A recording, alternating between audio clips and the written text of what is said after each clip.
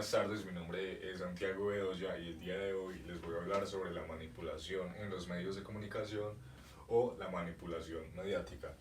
Primero vamos a definir qué son los medios de comunicación, cómo influyen los medios de comunicación en nuestra sociedad y cómo llegan a ser manipulados estos medios.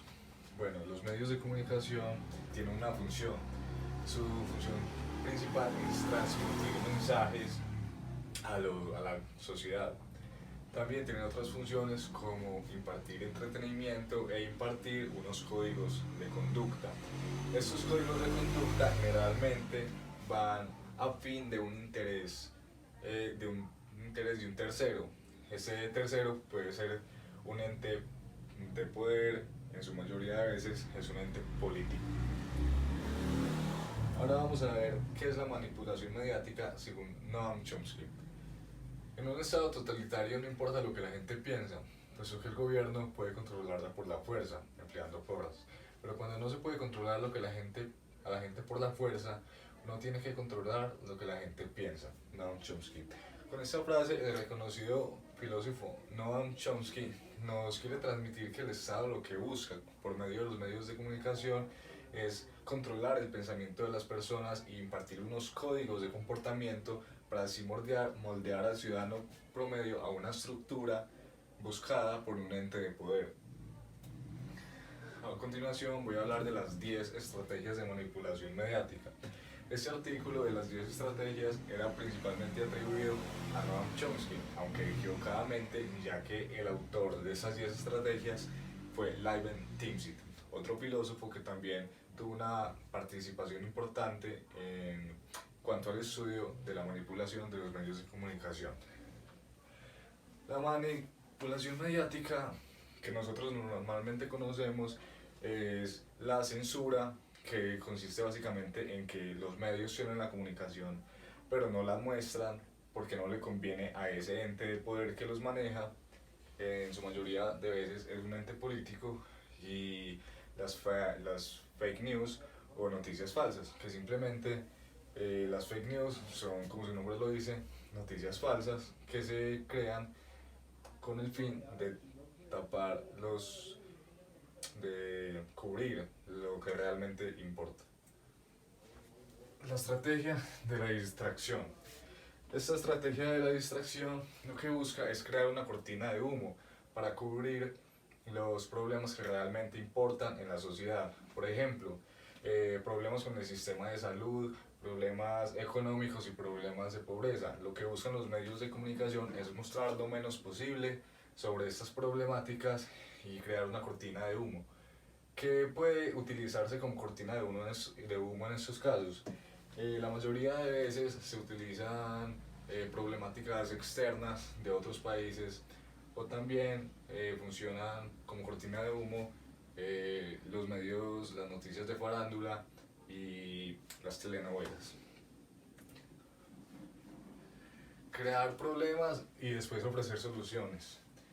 Esta estrategia es muy empleada en el momento que el gobierno, por ejemplo, va a tomar una decisión que es un poco severa y un poco controversial, y sabe que si la da de primera a la comunidad la va a tomar mal. Entonces, ¿qué hacen en los medios de comunicación?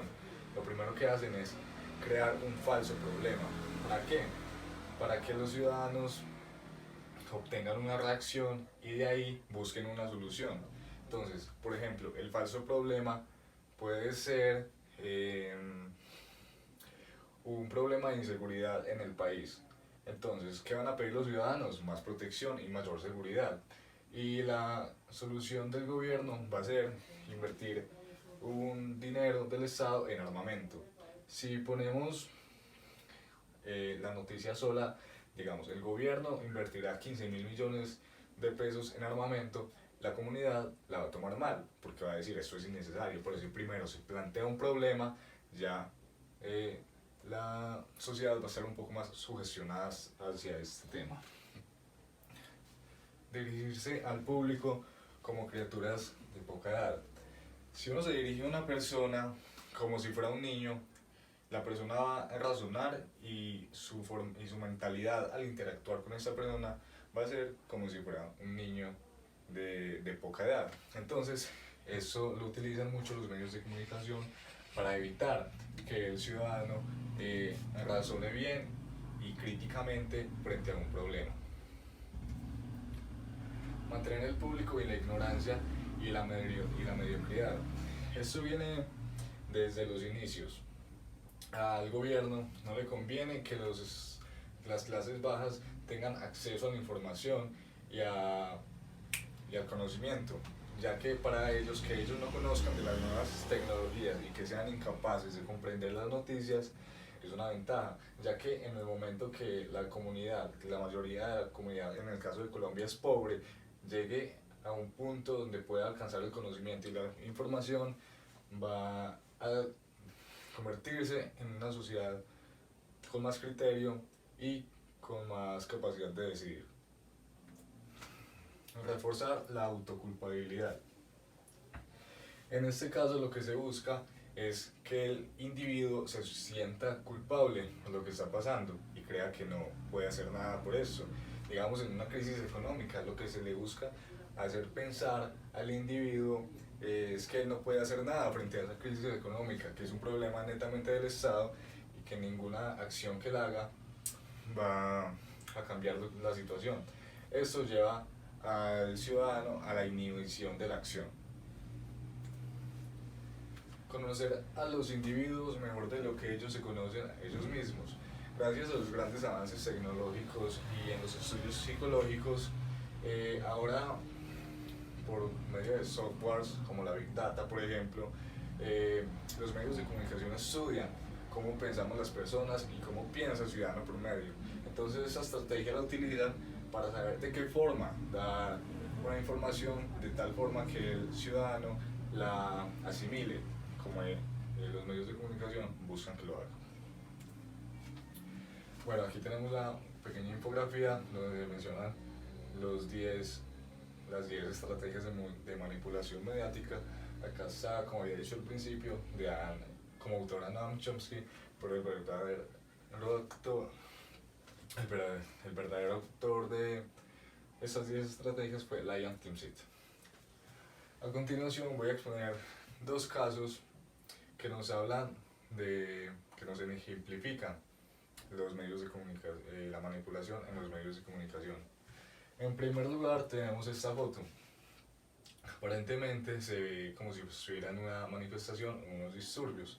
El fotógrafo Rubén Salvadori fue enviado por una revista en el año 2017 a cubrir un supuesto enfrentamiento entre ciudadanos palestinos con el ejército.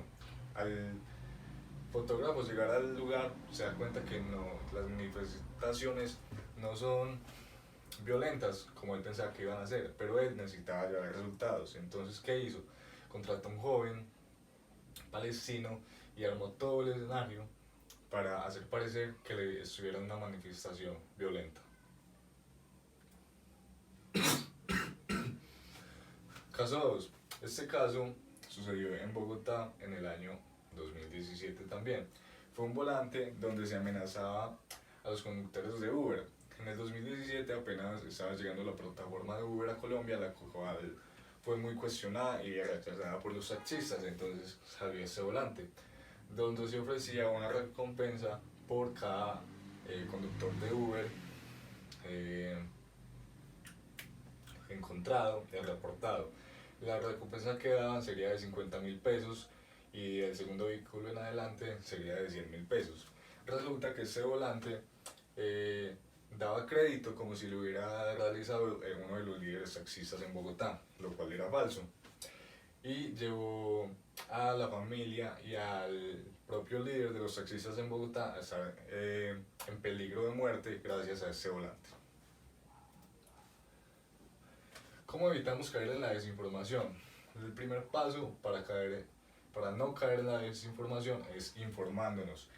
Tener buenas fuentes de información, no fuentes como TikTok o Facebook. En las redes sociales es donde más encontramos fake news. Es muy difícil con el exceso de información que hay ahora distinguir qué es real y qué es falso. Por eso es muy importante tener unas fuentes de información confiables. No creer todo lo que vemos en televisión ni en redes sociales, ya que como antes mencionaba, principalmente en los medios como son Facebook y WhatsApp, hay un exceso gigante de información en lo cual es imposible distinguir qué es real y qué no.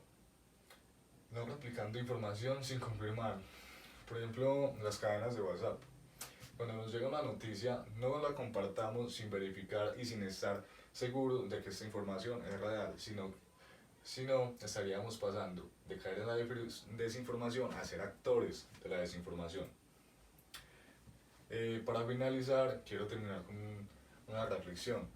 Con el exceso de información que hay gracias a los avances tecnológicos y a la facilidad de acceso al conocimiento y a la información, es nuestra decisión si nosotros usamos la información o si permitimos que la información nos use a nosotros. Muchas gracias.